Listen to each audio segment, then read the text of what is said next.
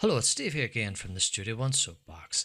In today's video, I want to take a look at noise suppression, mostly on a electric guitar track. Always a problem for most producers and engineers is getting rid of that unwanted amp noise, that hum, that buzz, and things like that. So, what would we use to get rid of that? Well, there's lots of various methods engaged by people today, and lots of manufacturers have brought out weird and wonderful plugins to deal with noise suppression. But one that is majorly overlooked by most of us is the free one that comes with every DAW called the expander. Everybody gets a bit confused. What on earth is an expander? When you think of it, just say to yourself, it's for noise reduction. That's it. It's like an old Dolby noise reduction system. It's only there, and its only sole purpose is to get rid of unwanted noise. Now, what is the difference between an expander and a gate that also causes major confusion? Well, let me put it this way. A gate is like striking an iron with a sledgehammer. It's abrupt. That gate is either open or shut. With an expander, it's like striking the same iron with a rubber mallet. It's a bit more genteel. We have a little more play. We can open the gate slightly. We can close it slightly. And so we have more control over the gate. So where a gate is gate open, gate closed, an expander can have the gate slightly open, slightly closed a bit, and we can shimmy that around. We could also automate it to suit different things so that it works a bit better. Also, a gate would be better worked on something that there is large spaces between the transients. Say, for instance, on a kick drum. So we have the initial kick, and maybe that's 4 on the floor. So it's quite a while before the next kick drum would come in. So between one kick and the other, we have a lot of unwanted noise or unwanted bleed from other instruments. In that case, we could use a gate because we open the gate, let the kick through, and shut the gate tight. Keep the noise out, open the gate again for the next kick, and shut it again after that, so on and so forth. Works wonderfully for stuff where there is large gaps between the transients. So it works. Choose a gate for a kick drum. Now, say we had a snare, but the drummer was playing little ghost notes in between each snare hit. Well, if we used a gate, it would completely wipe out those little ghost notes. In this case, we need something a little more genteel, a little more precise, and we would reach for an expander, which allows us more control over that gate. We can decide how much we want it open, how much we want it closed, and we can waver that gate and let it swing a little so that it allows little ghost notes through and stuff like that. So I hope that helps you in understanding the difference between a gate and an expander, and when you should reach for one over another. Now, in this case, what we have here is an electric guitar. Now, even when you plug in to your audio interface and you're maybe using the built-in preamps, what you don't realize maybe is that there is quite a lot of noise simply from the preamp itself. So if I demonstrate here, what I have here is I've recorded the noise that came through my preamp, just the guitar sitting on its own, just plugged into the preamp, and a track was armed, and this is what we had coming through. And you'll be able to see it in the spectrometer. So let me turn that expander off just. And here we go. Watch the spectrometer and you can see how much noise is actually generated by the preamp in my audio interface. Here we go.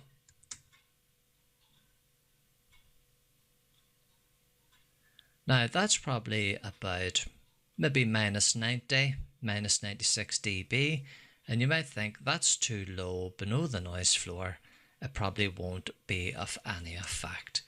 But once you start adding in compressors, and also if you drive this into, say for instance, TH3, get rid of that, and you're putting your guitar then, plugged it into your audio interface, into the built-in preamp, and now you're hitting a guitar simulator program. Well, once you start driving that noise into a distorted sound, say a heavy metal tone you're going for, now that does become a bit of a problem. And then after that, if you start adding in some compression, now that raises that noise level even more, and before you know it, you're getting a ton of noise coming through. So to demonstrate that, if I just show you, I'll play you this little bit, and listen to the noise that comes in after this little guitar bit.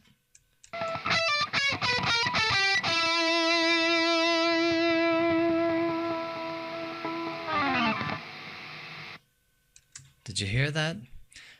I'll let you hear it again on this bit.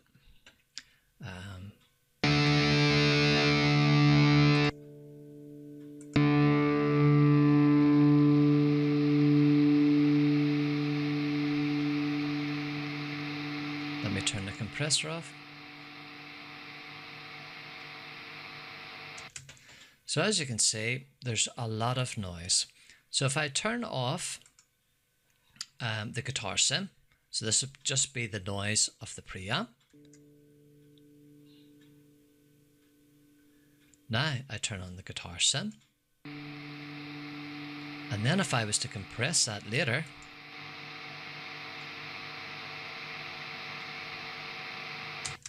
so you can see how much that noise of my preamp on my little audio interface, which was below minus 96 dB, now becomes a bit of an issue. So how should we get rid of this? Well, in the analog world, we used to use hardware expander gates, something similar like an AFX 622 or a DBX 166XL, or if you were working on a console, you could use the accent gate sort of expander on an SSL or something similar. They all had their own ways. If you're working on the floor off a pedal with your guitar rig, you could maybe have the Boss NS2, a cheap noise suppressor, but works very well. I think they're about £79 or somewhere about there, whatever that is in dollars to our American chums. And so we would have used stuff like that. But when it comes into the digital realm, what you need to do is get either a gate or an expander. In this case, as you can see, with a guitar, there's very little gap between any transients. If I zoom in here, you can see there is a constant kind of flow between the transients of this guitar. So a gate would be too abrupt, as we discussed earlier. It would just chomp in, chomp off, and we would lose too much of the guitar. So what we need to reach for is an expander. And what we want to do is we want to turn down the noise in between the transients, but we don't want to affect our guitar. So that's when we would reach for an expander, since it gives us far more control over the gate and can actually allow that gate to swing a bit more than what a gate would let it do. So the best way to cut that noise out is to engage your expander as early in the chain as possible.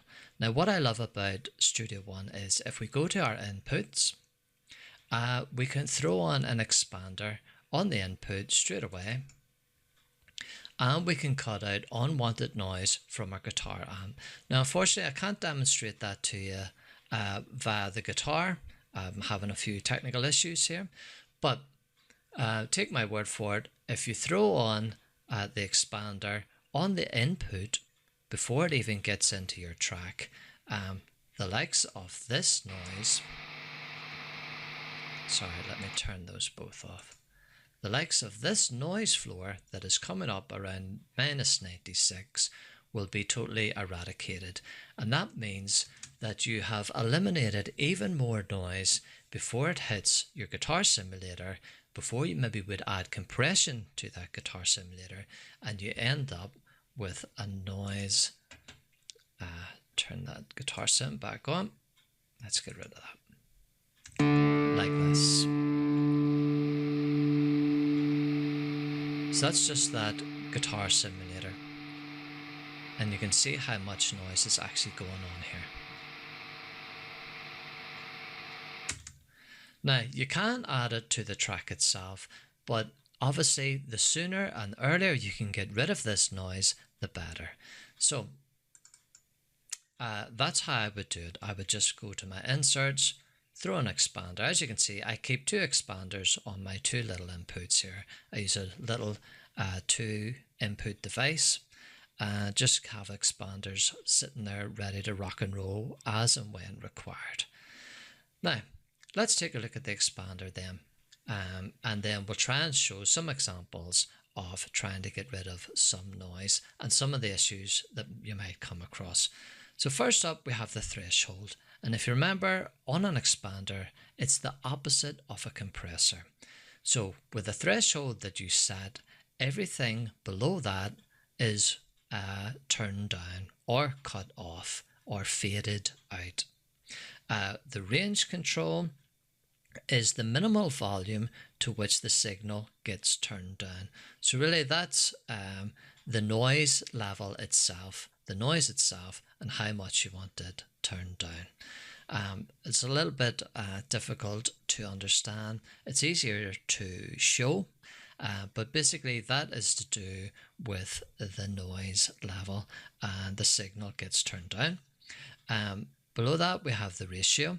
Again, like a compressor, if I turn this on, and I can show you what's the sort of knee or the leg of the expander. And as you can see, it bends the leg further away, almost to a straight line. There you go, diagonal line. Or we can create a bit of a knee situation. So that helps to control the slope or the decay of the noise that we're trying to get rid of. We also have the attack and the release. Now, attack and release, yeah, they're okay on a compressor. They kind of make sense. But on an expander, I personally would prefer that attack was called fade in and release was called fade out. So attack for how quickly you want the noise to come in. So, I mean, if you go for too much of a sort of slow attack, what'll happen is it's like a fade in. You will maybe miss the first kick, the first transient off a snare or off a kick drum. And so ideally what we want is the fastest attack possible. Sometimes going too fast also, you might need to back it off if you get any sort of clicks or pops or things like that. It might be just too abrupt. So we need to open the gate sort of a bit more gently than would be maybe required at that time. Release is basically fade out. So the release is how long it takes. Let me make a bit more of a slope here. So release is the sound. Let's play this. There you can see it wavering. How long it takes the sound from the threshold to fall down the slope, if that makes any sense to you. So we've set our threshold. Let's drop it a little bit more down to 24, minus 24. And if we watch this, there you can see it working its way down the slope. The faster release we have, the quicker it'll fall down the slope, and the longer release at 2 seconds here, the slower it will take to fall down that slope. So attack is almost like fade in, release is fade out. So this,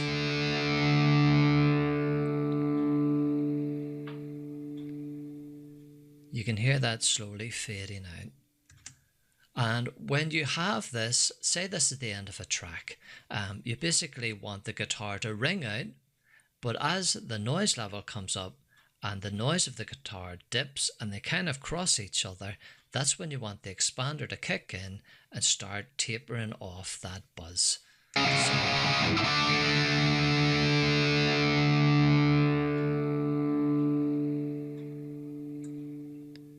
if we close the release down a bit more. Let's try that again.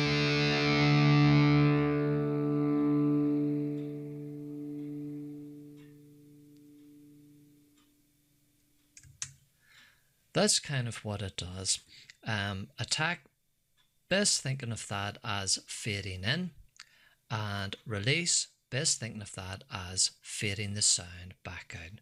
So remember now, we're not working on these transients, we're working on the noise level.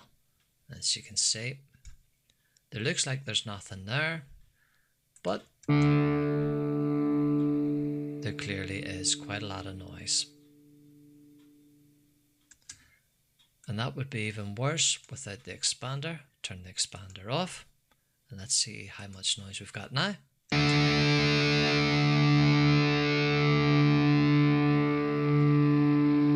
So here your guitar is down out and the noise floor is coming up. Now that's just pure noise. Now if you were to use a gate on this, it just chomps the noise off, and the guitar, if you do it too soon, you don't hear the guitar ringing out. So you're better with an expander that gives you a bit more control on the fade of that last strike of the guitar, where you just want it to ring out maybe at the end of your track. Turn on the expander.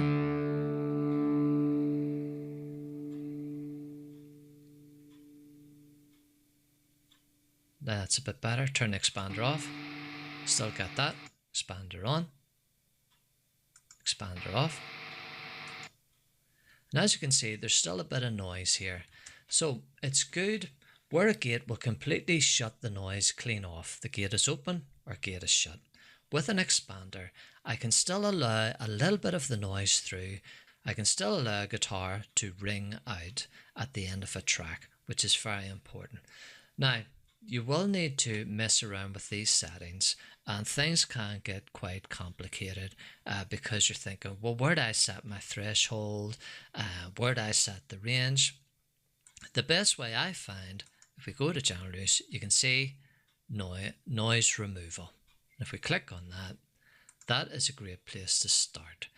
It's going for 35 milliseconds. I might actually take that down to about 20. And the release, I may even go up as far as a second, because if I'm wanting this guitar to ring out, I definitely want it to sound until the very last moment where the noise of the guitar is dipped, the noise floor is coming up to meet it, and I want it to just slowly taper that off and maybe even let a little bit of it through just to create a more of a natural effect rather than, well, the listener may not hear it anyway, depending on the denseness of the track, but you don't want to hear that guitar just basically getting cut off.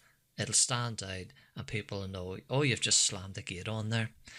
So you'd rather have an expander. I'll not get into the side chaining of this low cut and high cut because that complicates things even more. But as you can see, the ratio is basically controlling how much of the lower bit of the leg is in a straight line, or you want it to drop off a bit quicker. So you can think of the ratio as a cliff. You know, you can either have a very slow fall to your death, or a very quick, abrupt fall to your death. If you fell off this cliff, as you can see, fall down the slope and you're gone, basically. And that's controlling the quickness of how quickly the noise would drop off there as well. So, you know, there's no real easy way about this. What I can say is your attack and your release, I would go for about 20 milliseconds and about a second on the release. That should take care of most instances. Where you might find that a bit of an issue is on maybe a solo part. So let's see how we get on this solo part.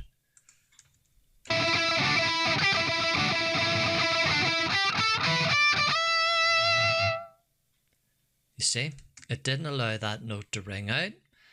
There is a gap here before it hits the second note. So let's see again. You can see that these settings work not too bad with this. If it's in a track, the guitar is just ringing out.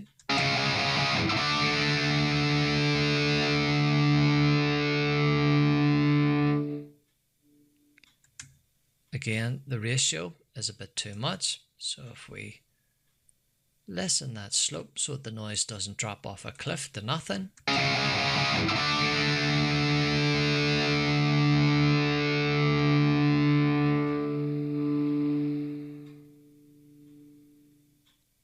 Again, not fantastic.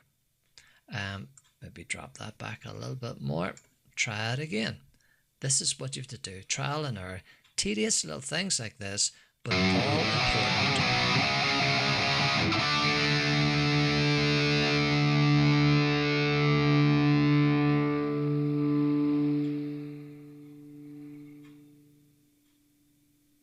Well, it's ebbing and flowing a little bit there, so we would need to work with our release. Maybe let that off a little bit. Let's try it again.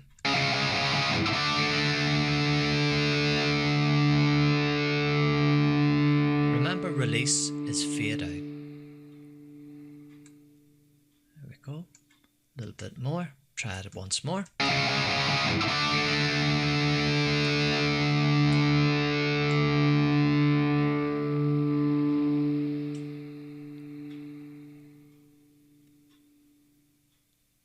That was a little better. Now let's try those settings on a guitar solo, just to show you that you can't just slam a gate on tracks. You know, it depends what's in that track. Here is power chords. Here is a guitar solo, and the guitar solo will need a different expander and different settings to let notes ring out. Where do we hear this?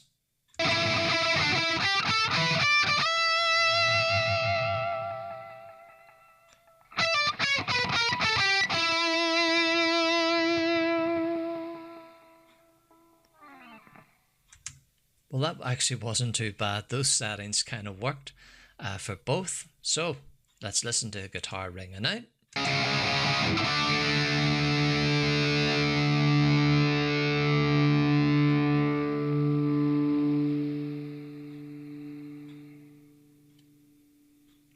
Yeah, we're getting a little ebbing and flowing. We might need to mess around a little bit more with the ratio and maybe with the release there. And the guitar solo.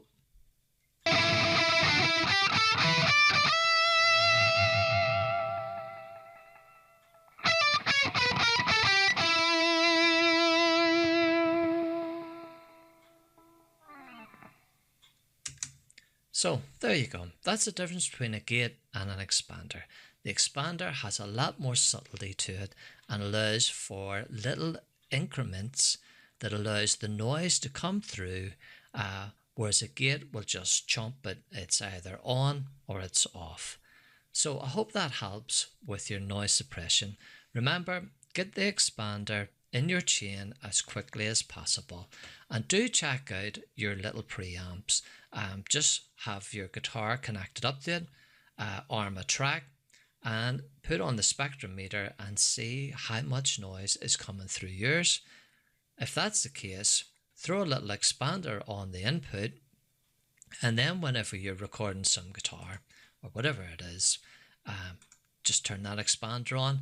Now that is being suppressed before it even hits your track, and especially if you're going from your input into the expander, and then you're going into a guitar simulator package like this one here from TH3, Overlord TH3, and you're going for a heavy, real heavy metal, thrash metal tone, high gain, which really raises up the noise level, as we know. And then later on, if you're going to be adding compression to that as well, you're really going to find the noise level is just going to go through the roof. So again, let's just demonstrate it. Let's turn that off.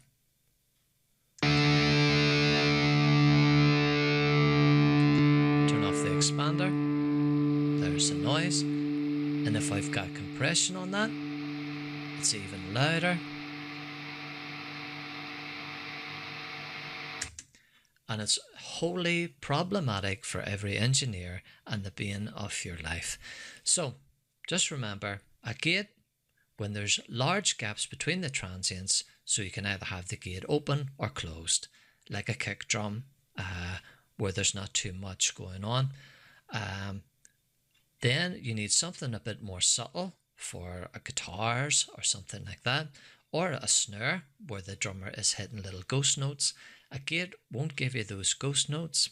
Well, some gates, you can mess around with them and they'll give you varying results, but an expander will allow you to get in there in a subtle way and allow those little transients through, those little ghost notes, without cutting things off and making things sound quite artificial.